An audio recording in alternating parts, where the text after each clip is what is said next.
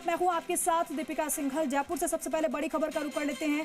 पूर्व सीएम वसुंधरा राजे पर अशोक गहलोत का बड़ा बयान। अगर वसुंधरा राजे में राजनीतिक ईमानदारी है तो झालावाड़ की नहीं पूरी पीकेसी योजना की बात करे वसुंधरा। ये पूर्व मुख्यमंत्री के लिए पूर्व मुख्यमंत्री अशोक गहलोत कह रहे हैं। प्रदेश की 2 बार की मुख्यमंत्री रही हैं वसुंधरा राजे। वसुंधरा राजे ने ईआरसीपी पीकेसी की पूरी स्टडी की है। वो खुद कह रही हैं कि 9 साल तक कुछ नहीं होने वाला है, तो जनता को बेवकूफ क्यों बना रहे हैं। पीकेसी और ईआरसीपी के नए एग्रीमेंट में कोई दम नहीं है।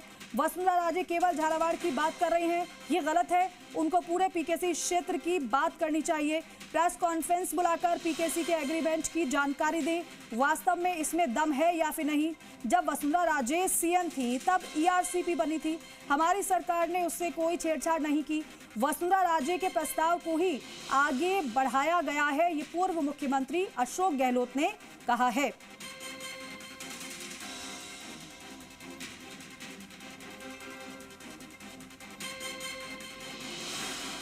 तो देखिए, पानी पर सियासत जारी है। एक तरफ वसुंधरा राजे की अधिकारियों के खिलाफ नाराजगी, वो मुद्दा दिल्ली तक पहुंचा, उस पर चर्चा भी हुई।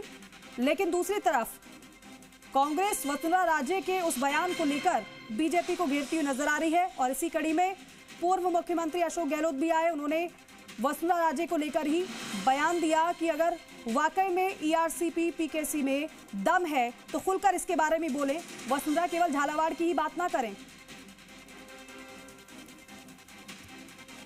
और देखिए, ईआरसीपी की अगर बात करें तो वसुंधरा राजे की सरकार के दौरान ही इस योजना को लाया गया था। वो बात अलग है कि खूब राजनीति हुई, मुकम्मल नहीं हो पाई योजना, लेकिन मौजूदा सरकार की ओर से दावा किया गया हमें पानी हर एक व्यक्ति तक पहुंचाना है और इसलिए हम इसके मद्देनजर कार्य भी कर रहे हैं। ब्यूरो चीफ शशि मोहन शर्मा हमारे साथ जुड़ रहे हैं। शशि मोहन, एक तरफ तो पानी का मुद्दा बड़ा जोर शोर से उठाया जा रहा है, दूसरी तरफ पूर्व मुख्यमंत्री अशोक गहलोत ये कहकर घेर रहे हैं कि वाकई में ईआरसीपी में दम है तो आप फिर झालावाड़ की बात ना करें बल्कि पूरी ईआरसीपी की बात करें।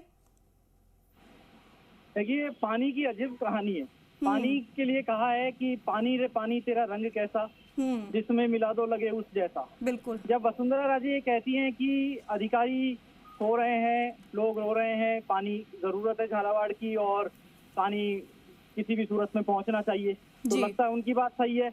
लेकिन जब पूर्व मुख्यमंत्री अशोक गहलोत ये कहते हैं, वसुंधरा राजे 2 बार राजस्थान की मुख्यमंत्री रह चुकी हैं, उनको केवल झालावाड़ या झालरापाटन नहीं बल्कि व्यापक संदर्भ में बात करनी चाहिए। और राजनीति इसी तरह होती है जब अशोक गहलोत कहते हैं कि ईआरसीपी का जो प्रोजेक्ट था उसकी डिटेल प्रोजेक्ट रिपोर्ट थी, वो तत्कालीन वसुंधरा सरकार के समय तैयार हुई और अशोक गहलोत की कांग्रेस सरकार ने उसको जस का तस आगे बढ़ाया जी। लेकिन अब उसको ईआरसीपी की जगह पीकेसी में यानी पार्वती, कालीसिंध और चंबल की रिवर इंटरलिंकिंग प्रोजेक्ट में तब्दील कर दिया गया है। साथ में वो ये भी कह रहे हैं कि पीकेसी का जो नया एग्रीमेंट है उसके ऊपर वसुंधरा राजे को बताना चाहिए कि उसमें कितना दम है। अशोक गहलोत इसे कोरी बकवास की संज्ञा दे रहे हैं जी। उन्होंने कहा कि पूर्व मुख्यमंत्री में अगर राजनीतिक ईमानदारी है जी, तो वो केवल झालावाड़ की बात ना करें, प्रेस कॉन्फ्रेंस करें, मीडिया के सामने आए और पीकेसी में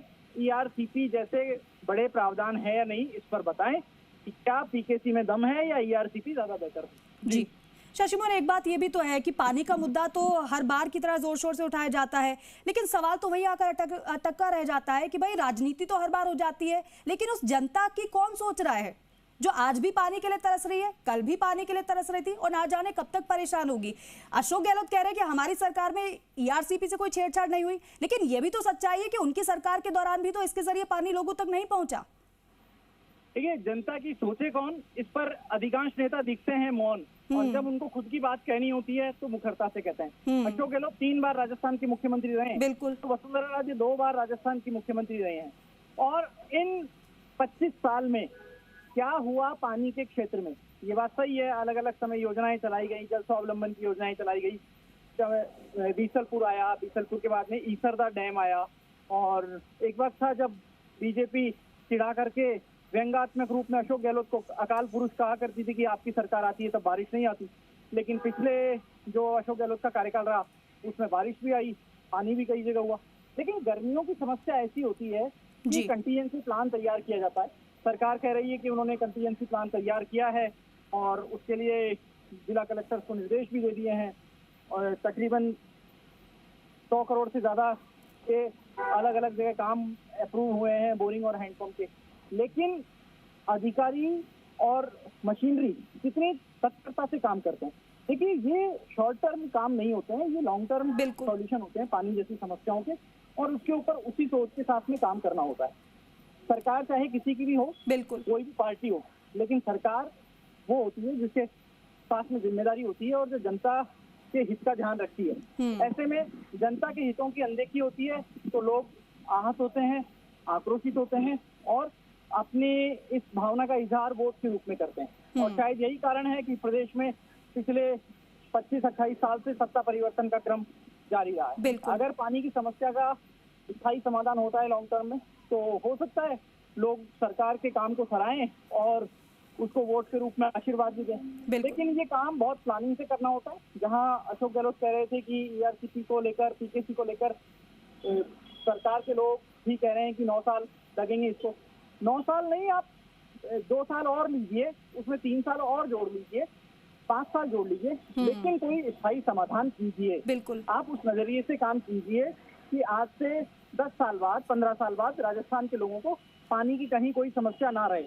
इस नजरिए से आप काम करेंगे तो लगेगा कि आपकी भावना में खोट नहीं है और शुचिता के साथ आप काम कर रहे हैं जनसेवा के लिए।